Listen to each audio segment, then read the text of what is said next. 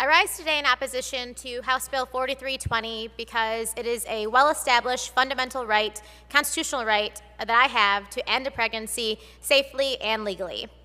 I recognize that that is a difficult fact to accept for some people in this room, because some people in this room don't agree with a woman's right to choose.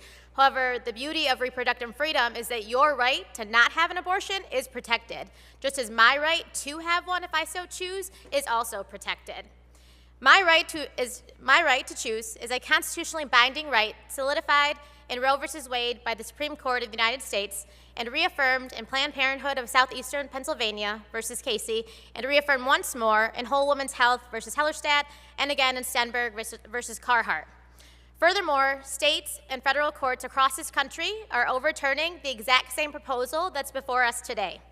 Method ban legislation was challenged and blocked in state court in Kansas, challenged and blocked in state court in Oklahoma, challenged and declared unconstitutional by a federal court in Alabama, challenged and stayed in federal court in Louisiana, challenged and declared unconstitutional by a federal court in Texas, challenged and blocked by a district court in Arkansas, challenged and blocked in federal court in Ohio, and challenged and struck down by a federal court in Kentucky just this past Friday.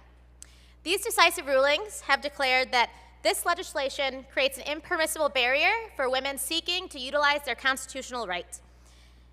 If this legislation passes, its inevitable and unsuccessful lawsuit that will come about is only going to further limit the state resources that we already have, in a case where binding precedence has already been set. So let's just call this what it is. It's an attempt of anti-choice organizations to limit access to an abortion by any means possible, regardless of any situation, regardless of rape, regardless of incest, and because of the poorly crafted legislation for the life of a mother exemption, regardless of that woman's health and well-being in this legislation. This is a dangerous and thoughtless political agenda that will eliminate the safest form of abortion available to women in their second trimester. And we know it's the safest form of abortion for women in their second trimester, not because of a Wikipedia page, but because we had a doctor who performs these abortions testify and explained all of the negative impacts that could face a woman if she chooses an alternative method to abortion in her second trimester.